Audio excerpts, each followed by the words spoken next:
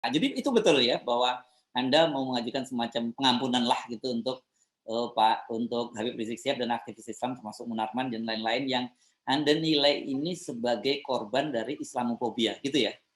Iya, penahanan Habib Rizik Syihab, terus Munarman, sahabat saya, kemudian misalkan Edi Mulyadi dan beberapa semua aktivis-aktivis Islam yang ditahan, dipenjarakan, itu sebenarnya disebabkan karena masalah-masalah yang kalau dicari-cari ada aja gitu loh Mas Heru, ya kan? Tapi masa bikin resepsi terus menjadi apa, dikenain hukuman ini seperti itu. Terus Munarman di persidangan sudah tidak terbukti. Kemudian Edi Mulyadi yang terbaru juga itu apa, inilah dasar-dasar itu yang menurut saya uh, kurang bisa dianggap sebagai sesuatu yang inilah itu politis lah. Jadi tapi politisnya ini dilatar belakangi dengan Islamfobia. Jadi Islamfobia itu pada prinsipnya tidak ada. Yang ada adalah orang-orang Islam yang berpikiran waras, yang tidak menginginkan negara ini diganti dengan khilafah, yang tidak menginginkan negara ini diobrak-abrik oleh paham-paham transinternasional yang menginginkan Pancasila dirubah sebagai dasar negara diganti dengan khilafah dan sejenisnya.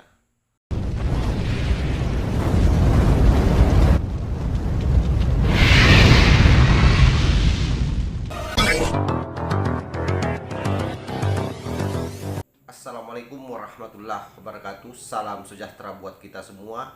Om Swastiastu, Namo Buddhaya, salam kebajikan. Sahabat-sahabat Tol Langit 9 yang saya hormati dan saya muliakan. Video tadi mengisyaratkan sesuatu yang sangat tidak rasional. Kenapa saya bilang sangat tidak rasional? Karena yang pertama, menganggap bahwa Indonesia ini mayoritas Islam fobia.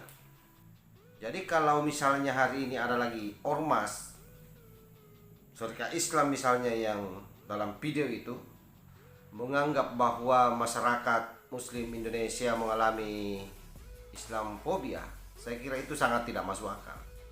Dan kita tahu sendiri, salah satu agendanya adalah mau membebaskan Habib Rizik dan Munarman karena mereka menilai kedua orang ini di penjara karena adanya didasari oleh Islamfobia. Nah, ini tuduhan yang saya kira sangat keji yang dilakukan oleh pentolang Syarikat Islam ini terhadap pemerintahan Jokowi atau proses penegakan hukum di negara kita. Padahal jelas-jelas seluruh tersangka ini itu terbukti di dalam persidangan bahwa mereka memang bersalah. Kalau tidak bersalah tidak mungkin dijatuhi hukuman. Dan saya kira soal informasi bagaimana prosesi persidangan itu kan terbuka untuk umum. Jadi tidak ada yang ditutupi di sana. Saya sinyalir ini agendanya tidak lari untuk agenda 2024. Mereka lagi berupaya mengumpulkan kekuatan-kekuatan untuk bagaimana supaya 2024 agenda mereka bisa tercapai. Karena kan yang bicara juga ini, apalagi kalau kita mau tracking kembali, kan jelas siapa orang-orangnya. Ya memang selama ini dekat dengan ormas-ormas yang mengklaim dirinya paling Islami. Jadi sekali lagi tidak ada Islamfobia. Yang ada adalah orang Islam yang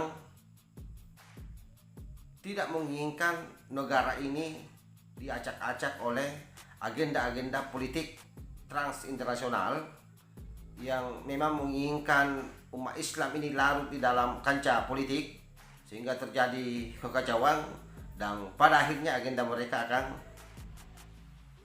tercapai. Kita ingat bagaimana campur tangan Amerika Serikat ke Timur Tengah. Semua orang tahu bahwa yang memelihara konflik ini adalah Amerika Serikat untuk kepentingan ekonomi. Dan fakta-fakta itu saya kira sudah banyak yang memunculkan ke permukaan. Artinya sudah bukan lagi rahasia umum. Nah, sama dengan sematang Islamophobia ini, ada apa PBB tiba-tiba kemudian bicara soal itu kalau tidak dalam kerangka untuk bagaimana supaya negara kita ini terjadi carut marut, lalu mereka dengan bebas masuk mengkapling sendi perekonomian kita. Kan ini sebenarnya yang menjadi agenda mereka. Jadi Islamophobia itu pada prinsipnya tidak ada. Yang ada adalah orang-orang Islam yang berpikiran waras, yang tidak menginginkan negara ini diganti dengan khilafah, yang tidak menginginkan negara ini diobrak-abrik oleh paham-paham transinternasional yang menginginkan Pancasila dirubah sebagai dasar negara diganti dengan khilafah dan sejenisnya. Itu yang ada. Jadi kalau misalnya ada yang bicara soal Islamophobia lalu kemudian itu disandarkan kepada masyarakat Muslim Indonesia bahwa kita ini alergi terhadap Islam, omong kosong itu. Karena Nahdlatul Ulama sendiri sebagai ormas terbesar tidak pernah melontarkan bahasa Islamophobia, yang mestinya mereka bergerak lebih awal. Jadi ingat itu ya. Selama Nahdlatul Ulama tidak pernah mengeluarkan pernyataan bahwa masyarakat Muslim di Indonesia Islamophobia, maka tidak akan ada yang bisa percaya. Kenapa? Karena sekali lagi NU adalah ormas terbesar di negara ini. Justru kalian yang selalu mewacanakan bahwa di Indonesia ini banyak Islamophobia, itu semakin menegaskan posisi kalian ada di mana. Jadi jangan coba-coba mencari kambing hitam. Ketika Anda gagal mengomong negara ini dengan memakai nama Islam, tiba-tiba Anda kemudian mengklaim yang menolak itu adalah Islamophobia.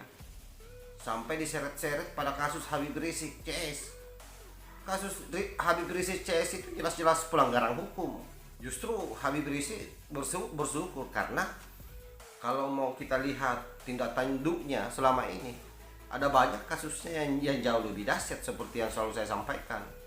Belum lagi bagaimana hujatan-hujatannya terhadap pemerintahan Jokowi. Dalam ajaran Islam kan jelas, menghujat pemimpin yang sah itu tidak dibolehkan di dalam agama. Habib Rizik dan seluruh jajarannya, seluruh kawan-kawannya melakukan itu. Tapi justru dia masuk bukan karena hal tersebut. Bahkan ada lagi yang lebih gila, yang kasus chat musuh itu,